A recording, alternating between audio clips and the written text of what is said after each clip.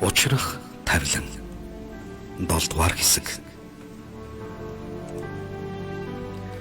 Сандаггой цэлэмгийн өрөөний үүдэнд бараг 2 цаг шахуу хүлээсний эцэст нилээн төвчээр алдсан байдалтай нарийн бичих хүүхэнд хандан "Ой охин минь ээ. Одоо нөгөө хурал нь дуусах болоогүй юу? Өнөөдөр нутаг явах унаа загчихсан юмсан. Цаг болохоо байллаа" гэж асуухад нарийн бичих бүсгүй үгэнд хандан "За өвөө, би одоохон асууад үгүй" гээд цэлмэг рүү залглаа. Цэлмэг "Гү цаад хөшин ч одоо болт яваагүй юм уу? Хурд дуусах болоогүй. Нүд харахгүй ингээ хэлчих. За чи яаж игээд харгалаад явуулчихаа над хүнэ" гэж хэллээ. Нарийн бичих хүүхэн үгэнд хандан "Тараг хурал тарах болоогүй гин. Та явж байгаад эргээд ирэх үү?" гэхэд Сандаггой "Гүй одоо тэгвэл яах вүлээ дээ. Охин минь дараа л уулзахаас. Халуунагийн аав ирээд хүлээж байгаад явлаа" гэд хэлээд өгөөрэй. Миний охин. Уг нь утсаар ярьж байхаар нэг хот орж ирсэн дээрээ уулзаа танилцаад буцъя гэж бодсон юмсан. Гүй одооны хүүхдүүд ч ажил ихтэй байдаг болсон хойдоо ах нь ойлгож байна. Унаа хүлээгээд байгаа болохоор гэсээр гарч явлаа. Цэлмэг нарийн бичих хүүхнээс үгнийг явсныг дуулаад санаа нь сая ламарсан бололтой. Ширээний араас өндийн хит сунаж биеийн чилээ гаргаад цонхны хажууд очиж гадаа ямар байгааг ажиглан зогсно.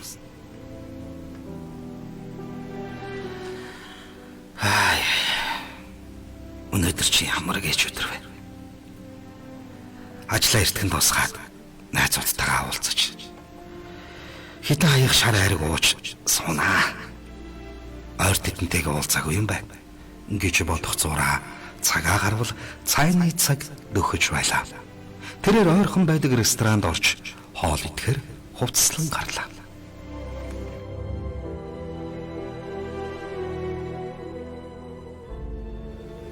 Халууна Америкт ирээд бараг сар болох гэж байгаач нялх хүүхдтэй болохоор гадагшаач лөөтөө гарч ийш тийшээ явах боломж хомс байлаа.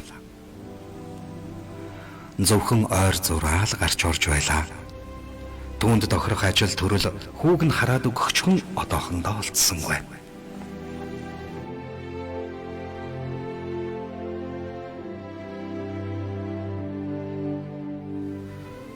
Цэлэмгийн өгсөн хідэн төгрөг боломжийн хүрэлцээтэй байгаа болохоор тэгтлээ санаа зовх нь гайгүй байв. Цэлэмгийн найз Тэмүүлэн том тэрэгний жолооч. Ихэвчлэн нэг хотоос нөгөө хотын хооронд бараа таваар зөөдөг болохоор заримдаа 2-3 хоногоор гэртээ ирэхгүй байх нь илбэг. Тэглээгээд яах вүлээ дээ? Ямар хүний өмнөөс амьдарч байгаа биш. Тэмүүлэн дандаа хажуудаа байлгана гэж юу байх вэ? Харин ч хамаагүй надад энэ зэрэгтэй тусалж болж байгаа юм их юм гэж болон халууна хүний газар дасах, хүүхдээ асрах гээд бүхий л зүйлийг чадлаараа амжуулахыг хичээж байлаа. Тэмүүлэн уг нь эхнэр 3 хүүхэдтэй. Эхнэрээсээ олон жил тусдаа амьдарсан болохоор 2 тийшээ болсон тухайга халуунаад хэлж амьдралынхаа талаар тэр нэг орой найзынхаа төрсөн өдөрт яваад нилээн халамцуухан эрэхтэй дуулгаж амьдсан. Эхнэр хүүхдүүд нь одоо Монголдоо байдаг. Тэдэндээ болцооныхон хэрээр туслаж, чадах чинээгээрээ л харж хандаж явдаг болохоо нин үгүй хэлжээ. Хэдий ганцаараа амьдарч байгаач халуунаа гэрэхэд янз бүрээр хоргоож, элдв аашавар гаргаж зовоосонгүй. Халуунаач Тэмүүлэнтэй хитрхи дотносож, янз бүр болохыг хүсэхгүй байв. Тэр ганцхан цэлмэгтэл хайртай. Тэгээд ч эхнэр хүүхэдтэй хүн болгоны нууц амраг болж явах тавилантай төрсөн биш. Харин Тэмүүлэн өөрт нь чадах чинээгээрээ туслаж байгаад үнэхээр их баярлаж байв. Уг нь хүүг нь хараад өгч хүн олдвол нэгэнт энэ газар орныг зориод ирсэн дээрээ ажил хийж өөрийн гэсэн хэд 3 төгрөгтэй болох англи хэлэндээ ч гайгүй болчих санаа их хэл байв. Халуунаад өөрийн гэсэн зориг бий. Цэлэмгийг араас нь хурч ирнэ. Хүүтэйгээ энд жаргалтай байна гэж бодож байсан ч түүнээс гадна далдхан хүсэж явсан зүйлүүд бий. Тэрээр Америк явчих бол өөрийн гэсэн мөнгөтэй болж бас нэлээдгүй зүйлийг сурч мэдэн нөгөө мөрөөдөд явдаг загварын агентлагаанд яванда загварын агентлагаан байгуулж болох юм гэж боджээ. Тэрээр загварынхан дунд нэрээ алт гараагүй ч өөрийнхөө хэмжээнд хэд хэдэн загварын шоунуудад оролцоод амьдсан нэгэн. Мөрөөдлөө биелүүлэхийн тулд бас энэ боломжийг алдахгүй байхаар шийдсэн. Монголд өдөр ирэх тусам долларын ханш өсөж байгаа болохоор ажил хийх нь юунаас илүү чухал байлаа. Эсвэл ямар нэгэн сургуульд бүртгүүлж англи хэлээ түлхүү үзэх бодол байв. Ер нь явандаа цэлмэг мөнгө төгрөг байнга өгөөд байж чадаагүй ч. Магадгүй өөрөөсөө холдуулахын тулд нэг удаа тусалсан ч байж болох шүү дээ. Гэх зэрэгээр элдвийг бодож суусан халуунаа хоолоо хийхээр бослоо. Тэмүүлэн өчигдөр ажилдаа яваад ирээгүй байгаа бөгөөд ирэхээр нь халуунаа түүнтэй ажил төрөл, сургууль соёлын талаар сайн ярилцаж, ямар бололцоо боломж байна, хаагуур яаж асууж сургалах вэ гэдгийг ярьж зөвлөлтөөр шийдлээ.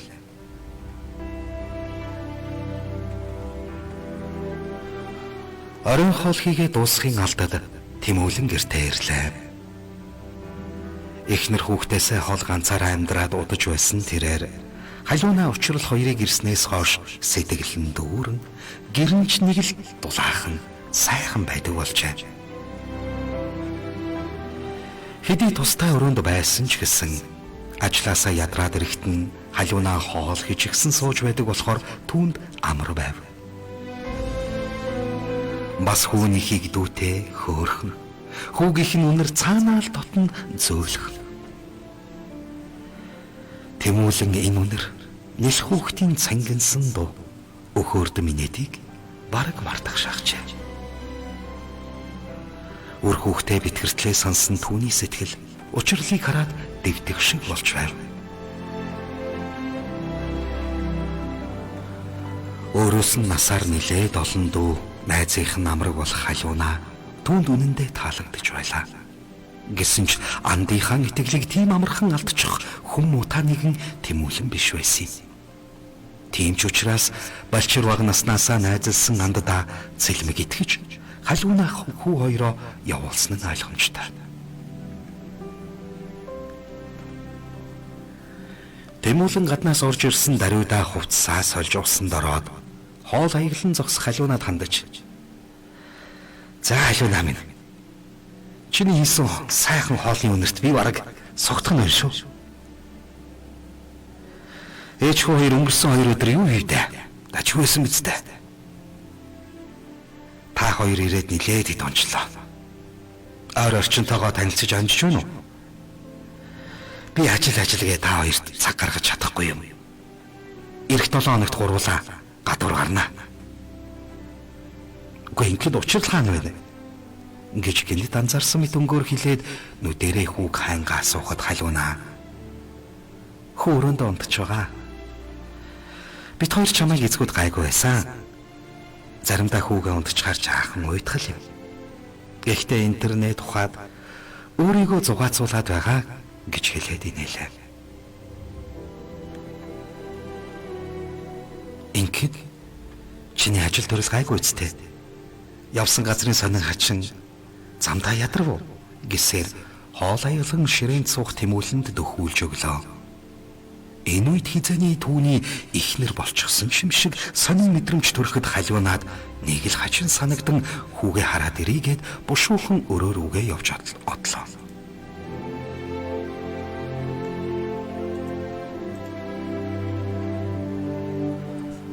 Уг нь Тэмүүлэн олон таван үггүй, дөлгөөхөн зантай, ажил төрөлд сайн.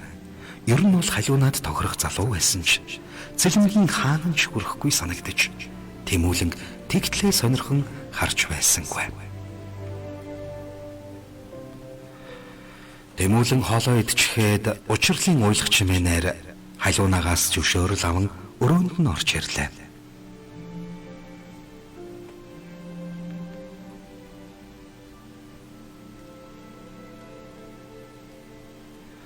Халуунаа хүүгээ хөхүүлэн суун.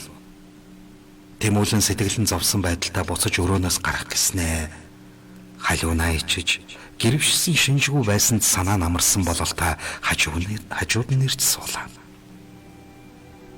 Тэгээд халуунаад хандан хүүчээ өхөндөө цадаж байна уу? Энд байдаг хүмүүс ихэвчлэн хүүхдүүдтэй нэмэлтсэн өгдөг. Та хоёр тэр сүнээс авч хууж байгаа үстэй. Гэхэд халуунаа ууж байгаа санаа зовлтгүй. Бор хоолч хөөрхөн идэж байгаа. Гэтэ хөхөө хөхмөр санагдсан үед нь л өгч бай гэж бодож байна. Хөхнөөсөө яран гарах нь димиг их юм бэлээ. Ингэж хизээний найз бүсгүйтэйгээ хуучилж байгаа мэд нэг л дотн өнгөөр ярьж суулаа. Ингэж ярилцаад суух зураа Тэмүүлэн халуунаг нүднийхээ булангаар нэлээд сайн ажиглан харж байв. Халуунаа хүүгээ хөхүүлэхэд амрыг нь бодсноо цээжэрээ задгаа ингэртэй хөх таашин зүмсчээ.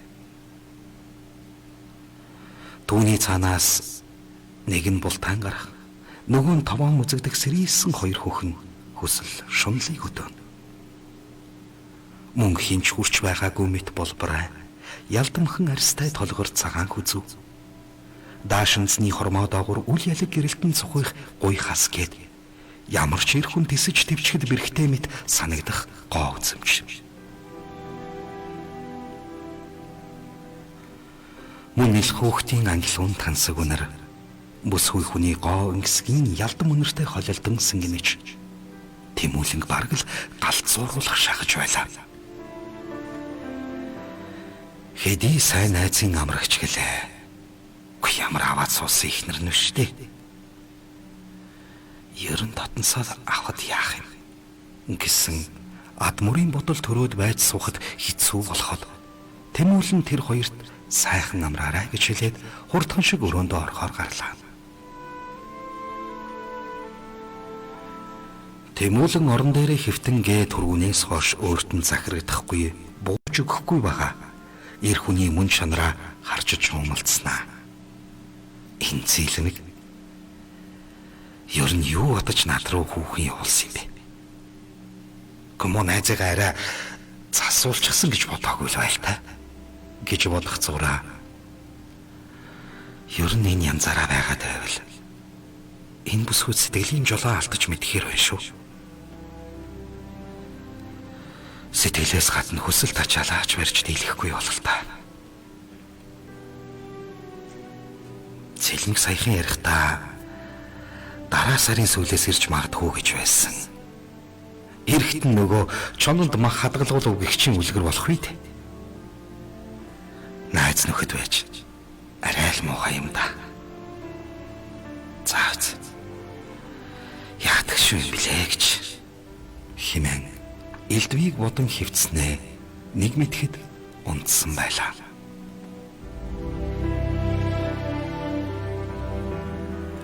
Үргэлжлэл бий.